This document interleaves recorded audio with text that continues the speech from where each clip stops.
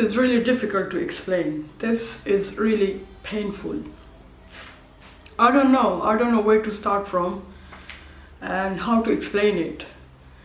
But I wanted to speak up because from past 18 years, I have been silent for the respect of my partner. As you all know, in our community, we respect our husbands as God. So I was quiet for his integrity and his respect. But now, it is time for me to speak up. Sometimes you try to control the things as per you think they are good in your favor and in everybody else's favor. But you can't control them, and the things will start drifting out of your hand like a sand. If you hold a sand in your hand, it will like just drift out. You can't do anything about it. And same thing, I have tried to control my relationship by doing everything I was asked. When I say everything, means everything I was asked to do, I did it just to save my relationship.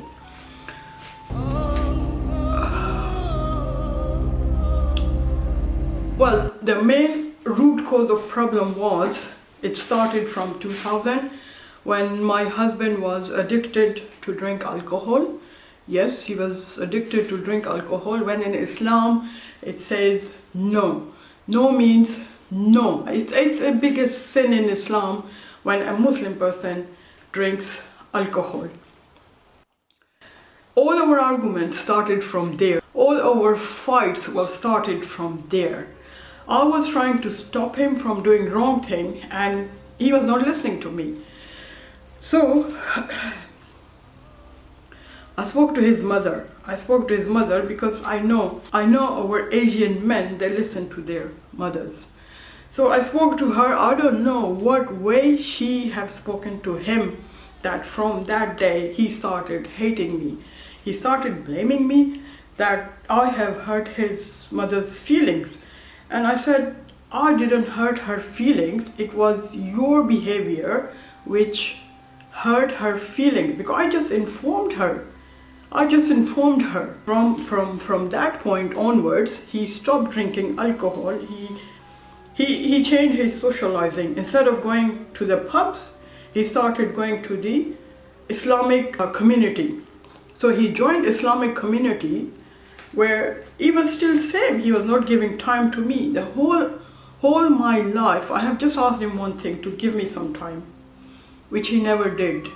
So our communication barrier was gone bigger and bigger and bigger and bigger, and obviously our understanding was fallen apart. So when he used to go to pub and drink, he used to come home like 3 a.m., 4 a.m., sometimes no show. And his friends used to bring him on their shoulders, like one on the right hand side, the other on the left hand side. He couldn't even walk himself, so he needed support. So when he changed his community, socializing community, from pub to the religious community, it was same. He was absent from home. He didn't give time to home. He used to stay out till 1, 2 a.m. And I was still not happy. I mean, he left the drinking alcohol for the sake of his mother, to make her happy. But what about me? I was still struggling. I didn't have a partner to speak to. I didn't have a partner to laugh with. I mean, I was just lonely person. For 18, 20 years, I was just a lonely person. I wanted someone to be my partner, to give me some time. But then there is a say, if you can't control things, you have to involve a wise person, third party from outside, to sit down and listen to the both parties. I did that. I involved my family. Yes, I told my family everything. I said, look, he's not accepting me as a wife. I am as a whore, just to warm up his bed, which I don't like. I want a wife's respect. I want him to give me a time. I want him to show me that he loves me, he respects me, he values our relationship as husband and wife. But no, whenever he had a chance, he used to run away from the home. So my family was involved. and they asked him, what are the issues, man? If you have any problems from her, tell us, so we should speak to her, so she don't repeat the mistakes again, which is annoying you. But you know what he told to my family? I have no complaint from her. I have no objection from her. Right, so why you are not talking to me? You know? Why you're not talking to me? Because he swore to his mother, when I told his mother that he's drinking, he's going to pub, he swore to his mother that he's gonna destroy me. He is not gonna live with me. And that swore, which he took on behalf of his mother, was absolutely finalized. That's it. That is what he wanted to do to punish me. So, after the meeting, like an hour, I think he was fed up of the meeting and we asking him questions, and he never answered to any of our questions. He was just quiet and there was a big silence from his side. So finally, after an hour and 45 minutes, he goes, I'm sorry, I did a mistake. I don't realize what I'm doing, so I won't give you another chance to get a complaint from her. Everybody was happy. I was happy. Yay, he apologized. He should be all right now. But no, after they were gone, he was back to his routine. I mean, what are you doing? Why are you using me? I mean, if you don't want to live with me, I told him many times, go and get married with another woman. If you don't want to live with me, let's just get separated happily.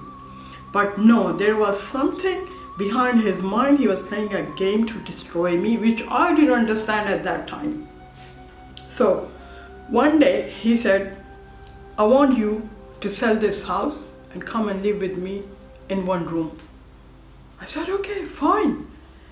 I said, okay, because this house was bought by me, by myself, by my hard work. Each and every penny spent on this house is mine. He never spent anything. I am the one who was doing investments, and he is the one who was doing investment in socializing. For him, the socializing, his friends were more important than his family.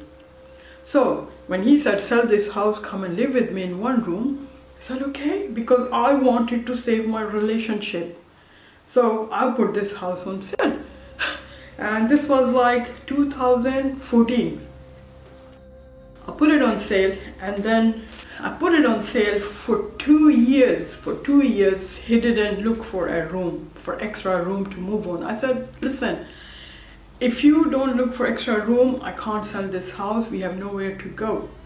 So this is your condition to accept me as a wife, to sell this house. So why don't you look for a room? And he said, oh, I need to look for another job. I can't find it. So you have to wait for that.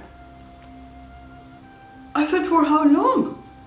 I mean, it's 2 years you told me to sell this house, and now you're asking me to wait. And then he goes, well, the second condition, here comes the second condition now. You have to leave your job and sit at home. I said, okay, fine, because I wanted to save my relationship. So what I did is, this is in 2015. Yeah, 2015. I wrote my resignation, put it on his table, and next to that resignation, I gave him one more piece of paper where all the monthly expenses were mentioned in it. So I told him, look, the day you're gonna control all these expenses, let me know. This is my resignation. I'm gonna go and submit into my work. Now obviously the expenses were like 3,500, 4,000 monthly expenses, and he used to put in the share only £1,000 every single month. He just put only 1,000. Whatever was above 1,000, that was my responsibility to cover. Whenever we traveled, I paid for it, for the hotels, for the flights, for the shopping, which we used to do there. And when we used to come back and the statements, the credit card statement used to come in the account, I used to pay all that. It was not his headache, it was my headache to control all the expenses. Anyways, I gave him my resignation. I said, look, when you control all the expenses, let me know, I'll submit this to the work. And then guess what? Nothing happened. 2 years gone, nothing happened. And then sadly, his mother was passed away. And after his mother was passed away, he started showing his real colors. Trust me, he started showing his real colors. He started telling me that he needed separation. So I got worried. I said, why do you need a separation? Because I was too much involved with him. I used to love him a lot. I used to respect him a lot. I thought whatever he's doing, torturing me, making me mentally mad or crazy or stressful, doesn't matter. I will take it. But why to break the relationship? So at that time, I involved his part of family then. I've involved his elder brother, and I told him everything from 2000 till 2008, 17. Yeah, it was 17.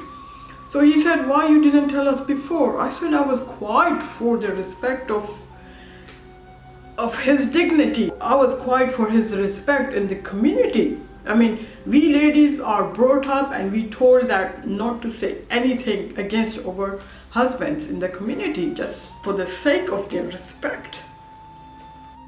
So he said, okay, don't worry, I'll speak to him. So he spoke to him, and then for 1 month, he was trying to adjust. But then again, I mean, he goes round and round and round at the same point. We come back to the square one. He said, I want to go. I said, listen, this is something new in Islam, that a husband will give a divorce to the wife and the wife will give separation to the husband.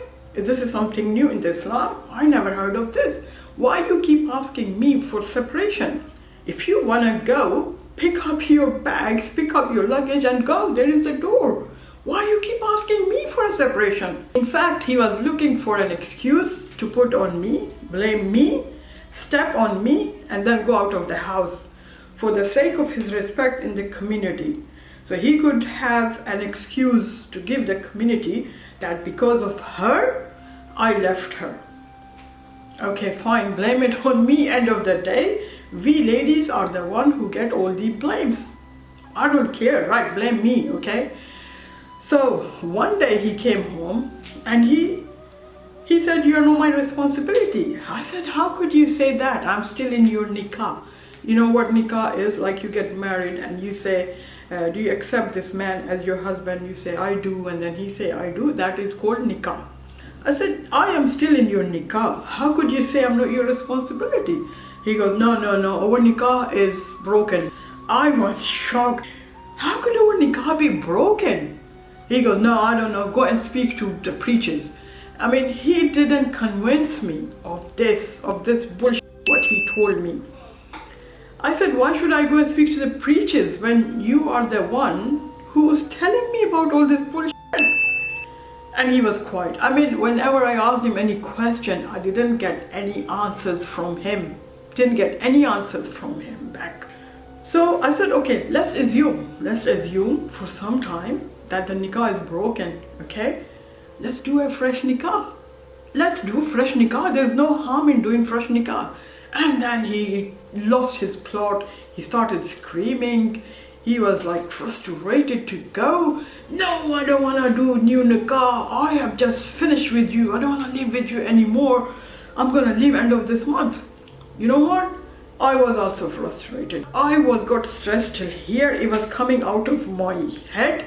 At that time, when he said he's gonna leave end of this month, I just closed the chapter by saying, I will look forward to that. I mean, what can I do from 18 years? I was trying to control everything. I couldn't do anything. I mean, nobody could help us because that ass didn't want to live with me. He wanted to destroy me. Then when I spoke to some of my friends, and there were some psychologist friends, and they said there was a problem with him, that he was jealous of my success, and before he goes out of the house, he was trying to destroy me. I don't know how far that true is, but I had this feeling myself that he was trying to erase me from this world. He was trying to destroy me. But I was doing everything he asked me to do for the sake of our relationship. I was trying to save that relationship. I didn't want to break it. Anyways, the sad news is that he's gone.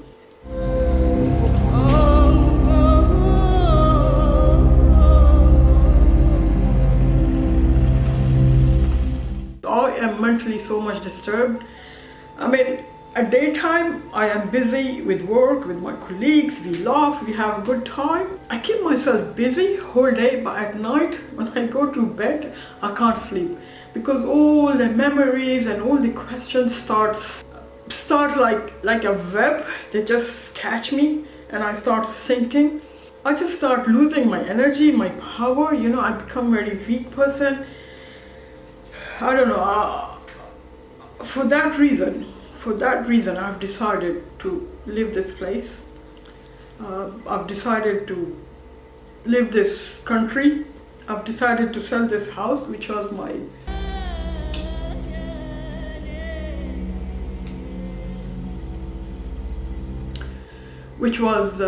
really my dream house. And I've decided to leave my job and just move on. Look for new place to live, look for new job, new friends, look for new paths, for new directions, new goals. Look for new life, and look for a new partner. I believe in one thing, and I will advise you all to believe in this thing as well. Whenever something goes wrong in your life, okay, at that time, I feel like, oh, I'm a failure, I am unlucky, I should destroy myself, I don't deserve to live in this world. But no, wait a minute, if that thing is gone wrong at that time, one door is closed onto you, the 10 doors will open for you. God have written something good in your favor. This is what happens with me. Whenever something goes wrong, I criticize myself. Oh, being a female, I am unsuccessful, I don't want to live my life. No. But after like 2 years, I realized that thing which went wrong before 2 years, it turned out to be better in my favor. So just wait for that time, control yourself, don't make any wrong decisions, hold yourself, and God always make good with their good people. Like maybe there is something good for me, that all this has happened with me and I'm moving on from here now. I'm gonna start a new life. Maybe that's good for me. I hope that you guys, it will be wrong if I say I hope. I should say I am sure that you guys will support me. You guys will help me, encourage me to come out of this situation. And now you're gonna think, oh, how could we help her and support her? Well, it's very easy. Just subscribe to my channel. The more the channel will grow, the more I come back with a positive energy. So I hope I have explained as much as I could. I've been telling you all that a lot is happening in my life. I will tell you when the time will come. So I think this is the right time. I have taken everything from the loft. I have packed everything and we are moving on. I hope to see you in my new house. Bye-bye.